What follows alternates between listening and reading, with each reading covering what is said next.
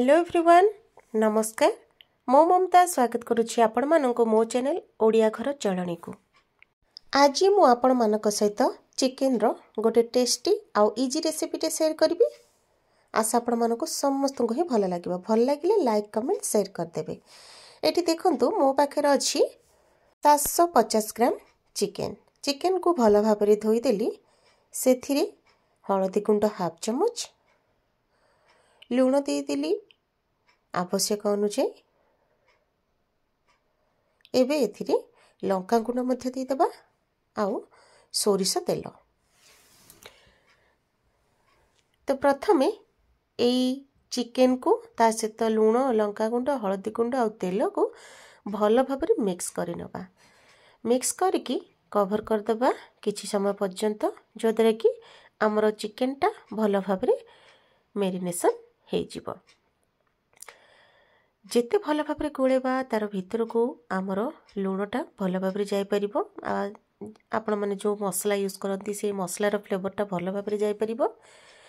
एबे कोन करिबा ना आम पाखरे थिबो लेंबू, तो निहाती थिबो। लेंबू चोठुटको चिपुड़ी दबा।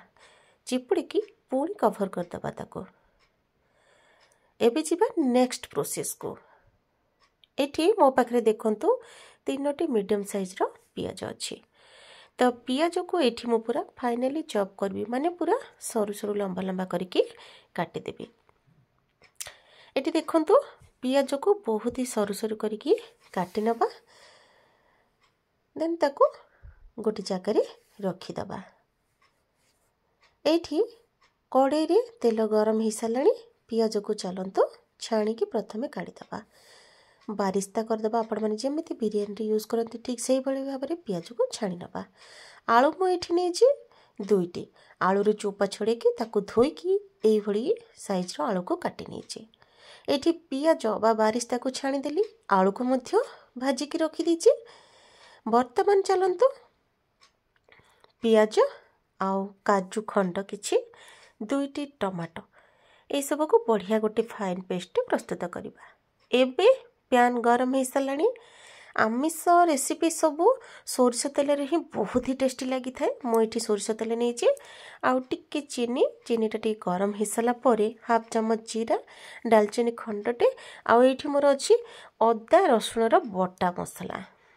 तो मसलाटा टे कंचापण पड़ेला परे आमे जेहेतु मेरिनेशन रे लंका गुंड हळदी गुंड नेचे, तो से अनुसार आमर चिकेन रो भाग माप को नेके आउ टिके लंका गुंड हळदी गुंड और लुण को नहीं जिबा। अत्यधिक नेबिनी काहेकि ना लुण बेसी जाय थाए।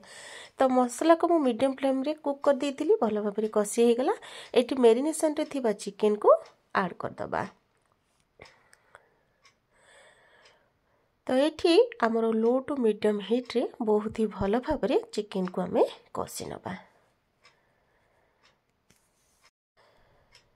मसला को भल भाबरे कसी सारिबा परे एठी देखंतु मो पाखरे जो पेस्ट मसला थिला, माने जो पियाज छणा टमाटो और काजू बटा ए सब को आवश्यक अनुसार दे देबी। सब देबा नहीं, आपण माने जेति के चिकेन नैचंती तार क्वांटिटी को देखि कि नेबे। एठी मो पाखरे अछि धनिया पत्र केछि ताको बछा बछि करि देछि। तो एठी देखंतु ए जो जार रे जो मसला पाड़ी थिला ताको देकरी मु भल भाबरे प्रथमे कुक कर नेबे। देखि पारुथिबे बहुत ही सुंदर देखा जाउची, डिलीशियस देखा जाउची। आ बास्नाटा मध्ये बहुत ही बढ़िया थिला। आउ किछि समय आकु भल भाबरे पूरा आमे कुक कर नबा। आपण माने तो गोटे प्रकार चिकेन रो तो आपण माने जानि थिबे विभिन्न वेराइटी रे समस्ते रेसिपी सब बनाउछंती। थरे एमिति बनांतु ना बहुत ही भल लागिबो।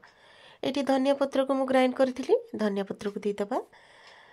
देखंतु धनिया पत्र दबा तारा ता फ्लेवरटा तो बहुत ही भल आछि थाए। एठी मु एवरेस्ट मसला को देइतिली। भजा ही रखिथिबा आलू को मध्य देइतिली। दे सरबा परे आपण माने जेति की झोल आवश्यक करथिबे से अनुसार पानी दे देबे। नचेत आपण माने एमिति ही करी कि आको कवर कर देबे, जदरे कि चिकेन आलू भल भाबरे सिझि जिवो। आउ जदि चाहिबा आपण माने डाल फ्राई ता सते चिकेन करी आउ गरम गरम भात। मु तो आपण माने को प्रिपेयर करबी। आपण माने आको परोटा सहित खाइले मते बहुत ही भल लागियो। परोटा रुटी आ चकुली रे खाइले मते बहुत ही भल लागे। तो मोर एठी जेति की पानी आवश्यक से अनुसार मु पानी दे दिली। आ जेते बेले झोलटा भल भाबरे फुट फुटीगला आपको पूरा आमर गैस फ्लेमटा लो करके पूरा प्रायतः आपको 20 रु 25 मिनट पर्यंत भल भाव कुक करदेली। तो ये देखूँ ये मोर चिकेन पूरा बढ़िया भाव में चिकेन ता सहित आलू बहुत ही भल भाव में पूरा कुक हो जाइए। ता सहित ये जो धनिया पत्र को ग्राइंड करके देती तार बास्नाटा तो बहुत ही बढ़िया आसूला। तो निहाती भाव में आपण मानक मु सजेस्ट करी यही रेसिपी को घरे तैयारी करिकी समस्त को दे पारिबे। लंका गुंड आपण माने कम बेसी कर पारिबे। आपण माने जेतेबेले ओल्हेबे से समय कंचा लंका मध्ये ऐड कर पारिबे। जेहेतु छोट पिला खाइबे कि जदि वयस्क लोक टिके खाती राग टिके कम खाइले भलो, तो आपण माने रागटा आपण मानकर इच्छा मुताबिक पकई पारिबे। तो देखिपे बहुत ही सुंदर देखा जाउची, टेम्पटिंग देखा जाउची। मु तो खाली एमती कहीदेले हेनी, आपण मैंने थरे ए रेसिपी को देखिकी घरे बनातु। केमिति कौन लगिला मते निहाती भावे गोटे सुंदर कमेंट माध्यम जनातु। रहिली, नमस्कार।